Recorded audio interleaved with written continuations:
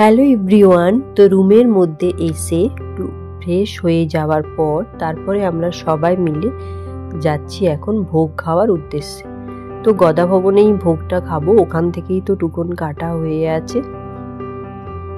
সবাই মিলে দেখো রৌদ্রটা এত সুন্দর লাগছে কি বলবো, সবাই একসাথে খেতে যাচ্ছি।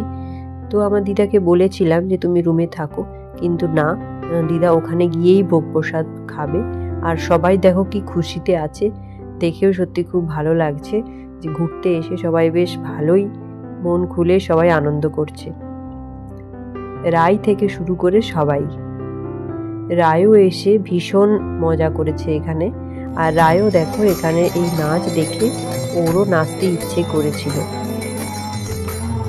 তো ওদের মতো করে স্টেপ বাই স্টেপ রায়ও নাচছে।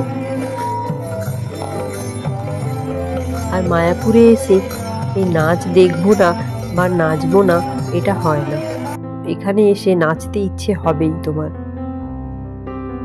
তারপরে দেখো ভোগ প্রসাদের লাইন পড়ে গিয়েছে, অনেকটাই লাইন পড়ে গেছে আমাদের আস্তে আস্তে। তারপর গদা ভবনের মধ্যে আমরা লাইন দিয়ে ঢুকে গেলাম।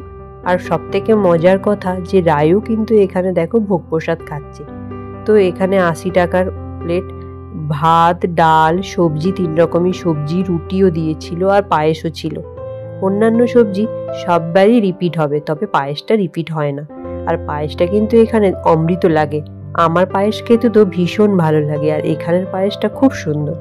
আর রায়কে দেখো আমি একটু ভাতটা মাখিয়ে দিয়েছিলাম, ও নিজে নিজেই একা হাতেই খাচ্ছে। আর একদম গরম গরম ভোগ প্রসাদ সত্যি খুব অসাধারণ লাগে।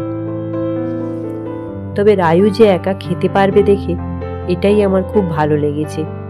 আর রাই আমাদের বাড়িতে আমি ওকে খাইয়ে দিই, কিন্তু ও দেখছে ওখানে সবাই খাচ্ছে তো ও খেলো। তো খাওয়া দাওয়ার পরে এখন রুমের মধ্যে গিয়ে রেস্ট নেব। আজকের মতো টাটা।